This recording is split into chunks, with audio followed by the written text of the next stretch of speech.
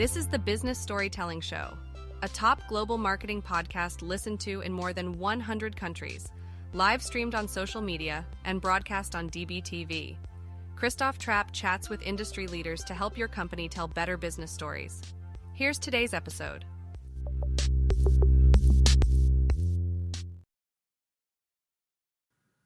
Episode 672, my friends. On deck here, we're going to be talking about Facebook ads. Oh, that love-hate relationship with Facebook. I can't stand it, but I know a lot of people are still there. We're going to be talking to a digital performance marketer at inspireddigitalgroup.com. You can check that out. We got the URL at the bottom here if you are watching live or you're watching on Spotify, for example, which of course has video.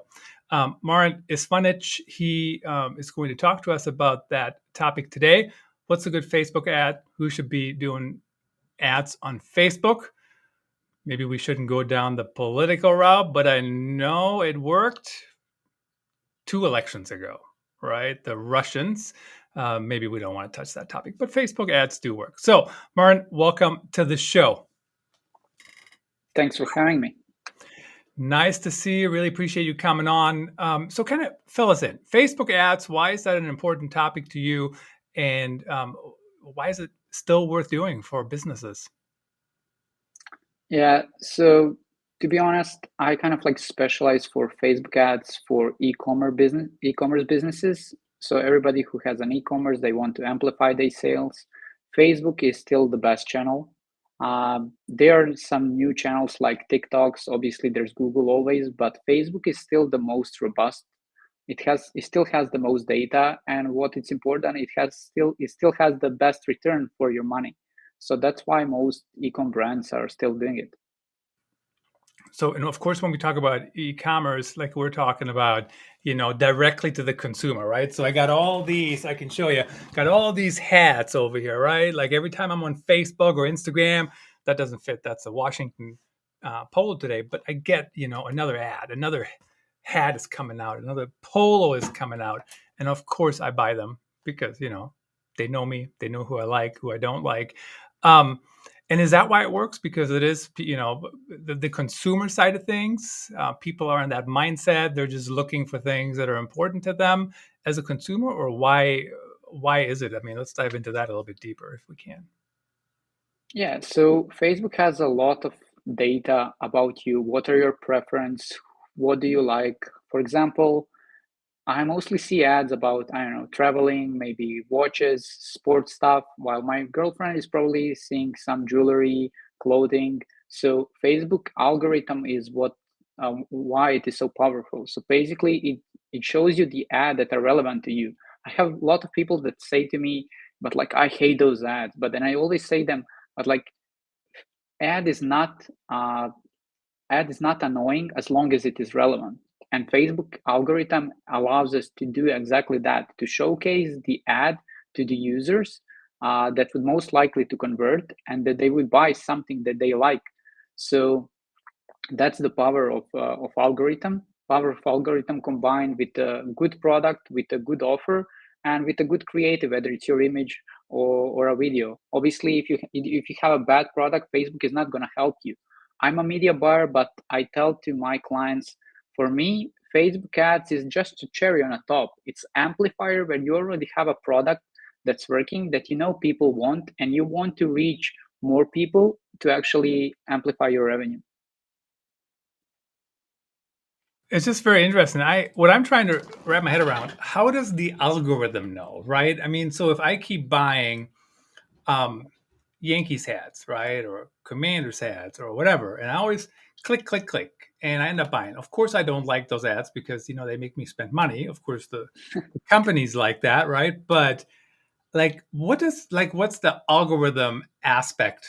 How does it know? Does it just know what I'm liking, looking at, or, how does it know what to show me? And then how does it even know how to expand it? What else to show me instead of just hats, I guess?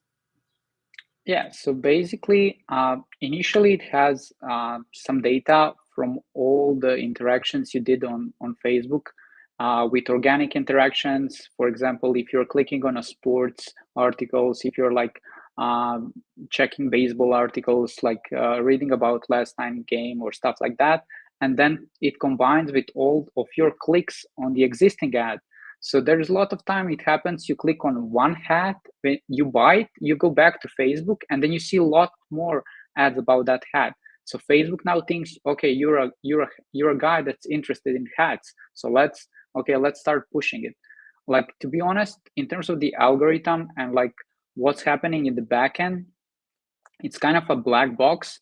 But I know you can go to your profile and you can check in what categories Facebook put you in, and then he's going to probably serve you ads that are interested to those categories. Even the organic channels are totally different for me, who likes sports, compared to my friend who's into music.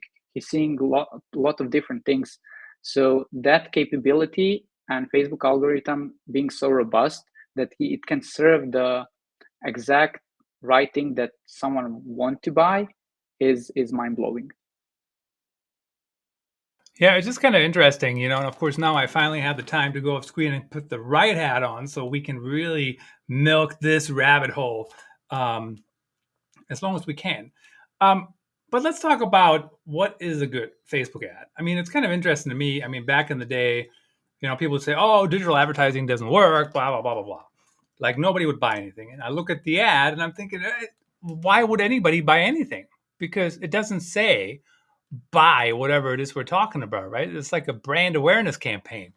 And maybe e-commerce, I don't know if e-commerce runs brand awareness campaigns or not, or maybe it is always like click to buy. I mean, you tell us, but what is a good ad? Like, how is it designed? How does it work? How does it pull people in? What aspects do you need to keep in mind? Yeah, so that's a good question. I would say that good ad is someone that kind of like, there are a couple of parts of that ad. So first one, it gets your attention. The other one, it gets you to identify either with a problem or like to showcase you the solution. And third one, to get you to click. So basically, those are three core pieces. Obviously, we can use some frameworks. For example, if you're like interested in the hats, I can create an ad copy that starts with "Are you a baseball fan?" So if you're a baseball fan and like you see ad like that, even if you do not answer to it, in your head you're saying, "Yes, I'm a baseball fan."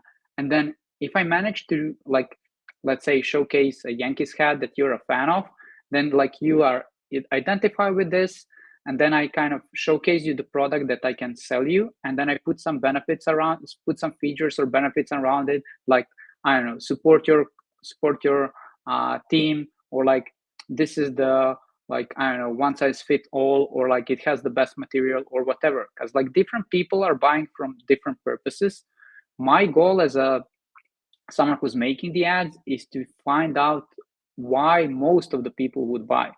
For example, in this case of hats, I assume most of people will buy to support their team.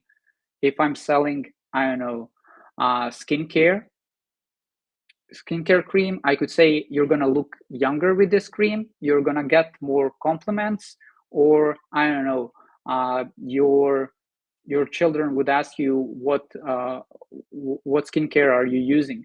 So we're trying to tap on different emotions and different angles, and then digital marketing is great because we can track which ad is getting the most clicks, which one is getting the most sales. So if I see that most people are resonating with the compliment, I'm gonna make a video about older lady being complimented. Let's say, hey, I'm 60, but people think I'm 45. So then, like, all the other people, all the other girls that want to look younger, when they see this, say, hey, this is what I want. So you're basically tapping into their desires. So that's kind of like, digital marketing is just a tool, but the marketing is a principle of using psychology to actually get people interested in your product by tapping into their desires and their problems. Yeah, makes sense. So, I mean, really quickly, I know we're talking about B2C here, but is there any place for B2B in Facebook, or is that just like that ship has sailed? Or do you know, do you have an opinion on that even? Yeah, so I'm kind of like specialized for D2C, direct to consumer or business to consumer. They are still B2B ads, but in most cases, those are like big companies that do not necessarily care about cost per purchase. They care more about brand awareness. They care about reach or stuff like that. Obviously, their costs, their ad campaigns are more. They put a bit more money and they measure those campaigns a bit differently. Mostly, let's say, I would say some softwares are running campaigns like that or people that have some communities potentially or stuff like that. But I would say at least maybe I'm in this bubble of direct to consumer. Uh, and I'm kind of like most familiar with that because 99% of people go to acquire a customer to actually get a purchase. In this B2B, I assume it's slightly more different because you need to build awareness and actually reach people that are decision makers, which is not necessarily, uh, maybe Facebook is not the best channel for it. I still see ads about that, but as I said, maybe LinkedIn is a better fit for that because then you have like CFO, CEO, or like whoever is the decision maker. Yeah, of course, if I want to buy a new hat, right, I can just make that decision. In B2B, you have a buying committee and have to involve all these other people.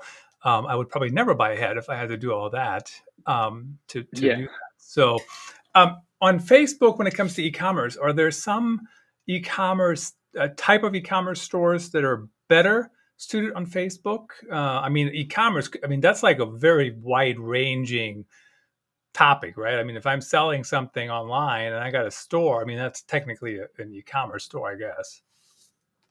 It is. I mean, there are definitely like different categories, whether there's some specific one that works the best. I would not say that there's a category like that that happens. I know that like recently we have more and more skincare ones, clothing stores, and supplement stores. And the answer here is simple. When you buy a supplement or like protein shake, you're gonna come next month to buy it. If you buy a cream, you're gonna get next month to buy that cream again. If you buy a shirt, you're gonna come after like 2 weeks or like maybe 2 months to buy a shirt and then to buy some pants. So basically, brands that have these recurring customers, they can allow themselves to spend more to acquire that first customers because they know that customers is going to spend with them additional amount of money and going to buy like a couple of times from them, so they can allow themselves to spend more on the front end, which means they can outbid their competition, and then that makes it a very profitable business. There are even some brands that are willing to lose money. Let's say your AOV or like your average order value is $100. They're gonna spend $200 to acquire you, so they're gonna be in loss $100. But they know after 3 months that person is gonna buy 3 times more shake, and then like he would end up be profitable. So I would say those brands that are either on subscription basis or that have recurring customers coming, those are in kind of advantage. You know, what's interesting to me about that too is, it comes down to marketing strategy, but then also you got to think about the financials, right? I mean, what you just talked Exactly. about is the first time maybe you lose money on me, but then if I keep coming back, is there like a certain level? I think it's called, right, progressive profiling, perhaps. Like at the beginning, you only know I like hats, or I like the Yankees, or I like the Commanders. But then as we move along, I buy one hat.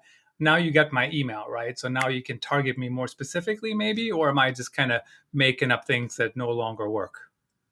Not necessarily. Like we cannot take your email and then like target like only yourself. We can do that with email campaigns. So basically, if we see that like out of 5 hats, you're the one that bought like 5 Yankee hats, then we can customize the message in our emails and like send you emails only about Yankee hats or like Yankee merch. Obviously, that's kind of like another level of personalization, but if you're in that position, probably you're like a multi-million dollar business that can allow themselves to be so granular. Yeah, it's just kind of very interesting how, how people connect. So how can you use Facebook ads to target people once you know them a little bit better, or is it always kind of the same pool? Once you know me, does that make any difference, or is it, or how is it always based on what I care about? So I can take emails of my existing customers and then try to sell them something else. But I would say 95% of clients that I work with, they care only about acquiring customers, because to acquire customer, you need to spend money on Facebook. So if I already acquired your email and you bought from me, I can sell you again via email. So it doesn't make sense for me to spend money on Facebook. So not necessarily I'm going to try to sell you again via Facebook ads. How to reach new people with Facebook ads, that's where we want to like unlock different angles. As I said, maybe girl one wants to be complimented, girl two wants to look younger, girl three, I don't know, is having some scars that she wants to get rid of. So by unlocking a different angle, we are going after different pocket of the audience that we want to reach. Information about you, we just get like your name and obviously information that you put when you check out. But unfortunately, if we do not do some post-purchase survey or ask you additional questions, there's not much we can do, at least not on the Facebook side. What's interesting, and it was just kind of embedded there really quickly, is Facebook is really about acquiring new customers. It's not about keep building Exactly. the relationship, right? Even though they keep showing me ads over and over and over. But what's interesting is how hard is it actually to keep track of the profile of that new customer, right? So like the customer you have to acquire, does it change once you have it nailed down? It's pretty much the same, or like how do companies stay on top of any changes in consumer trends or consumer behavior, or maybe now not just girl two wants to be complimented but everybody wants to be complimented? Do you know what I mean? How does that play in, or does it? So initially, we kind of like set a target based on our unit economics, how much it costs us to build a product, how much it costs us to ship a product. And then we check, okay, what we are okay to spend to acquire customers. If we can manage to get under that cost per acquisition, we are going to try to increase the budget to actually get more of those customers. The good thing about digital marketing is that you can measure everything. So we can measure what percentage of people ends up buying after we mention compliments, what percentage of people ends up buying after we mentioning, I don't know, fixing your wrinkles or stuff like that. Then we want to double down on that. So the first rule of digital marketing is actually double down on what's working. If we see that compliments are working, we are going to try to squeeze most out of this compliment angle to actually, because to get more people, because why change something that's working? And if we can acquire someone profitably, we're going to try to spend as much as we can to acquire those people based on that angle. Eventually you will run out of those angle, and then you want to kind of like unlock another profitable angle that you want to use in your ads. Yeah, just very, very interesting. How much what do you think the lifetime value, I guess, for probably maybe not the best phrase in this scenario, but of Facebook is, right? I mean, it was like only students were on Facebook way back when, right? And then all of a sudden, now everybody's on Facebook. Now we have people who are getting tired of Facebook, right? Then they leave, they come back, whatever. Like, how many more years is Facebook going to be this profitable? Do you think? Yeah, I mean, I started with Facebook ads 7 years ago. For the past 5 years, I'm keep hearing the story. Hey, Facebook is done. There's a like new channel. There's a Snapchat. There's Pinterest. There's TikTok. But the fact is, like nobody came even close to Facebook because it has the most data. It has the most money. It has the best and most robust advertising platform. So I hope nobody would kind of like overthrown it because I'm making a living out of it. As I said, for the past 5 years, I'm hearing these stories, but Facebook is still the king when it comes to digital advertising. Quite frankly, I think it's completely stupid anyways when people say something is dead, like email is dead, Facebook is dead. People are even saying, my not Snapchat. I can't even think of it now. MySpace has been dead forever. But you know what? Not even MySpace is dead, right? I mean, it's like for musicians. Exactly. So it's like it just evolves, but it's kind of interesting, like how it ebbs and flows. But is it like pretty steady, or is it still climbing on up when it comes to results? So obviously, Facebook ad is just like a medium. It's just a channel that is heavily affected by outside of the outside factors. So let's say this year was a bit bumpy because they had changes in the algorithm. Obviously, inflation partially impacted some of the results. But then let's say we saw spikes in, like, whenever there's some not necessarily holiday but event. Let's say Mother Day, we had like great results, or like now 4th of July, again great results, because we see more people spending time with their family, they're spending more time at home, they're spending more time on their mobile phones, they're buying more. So obviously Facebook is just a medium that can affect that general consumer behavior and whether people are in the buying mode or not. And they're sitting on their phones, and certainly they're kind of checking out things. What's the importance of like good storytelling in an ad? I mean, it's I'm sure it's more complicated than just saying buy this thing, right? Like, how do you get the point across in such short, with such limited space, I guess? Yeah, so we check the existing customer reviews to actually understand why people are buying, and then we try to use those words and exact phrases that people said about our product in our marketing. So then, if we realize that most people want to look younger, then we say, "Hey, I'm 60, but I want to look." But people say, "I'm looking like I'm 40." So basically, the key is to identify them, to present them, to kind of like agitate their current problem, to present them solution, and then to kind of like show inferior solution, show benefits about our product. Obviously, it can work very better if I'm saying, "Hey, I was 60, I don't know, I looked 60, but now I look 40." So basically, if they can identify with the person who's a spokesman, that works way better. But you can incorporate all the information about the product with storytelling. Well, I certainly hope that I'm not just shooting for 40, but maybe even younger. But anyway, I think I know the answer to this. Really appreciate you coming on the show, and kind of tell me who should reach out, and what kind of company. I mean, e-commerce obviously, but like what revenue range or whatever is like a good indicator. Yeah, so any e-com brand that's spending at least 50K a month on Facebook ads and want me to scale them and take them to the next level, can just reach out to me and I can do a free audit of their ad account. And just to verify, 50 grand a month. Yeah. $50,000. Oh my goodness. Thanks for joining me, and we're out.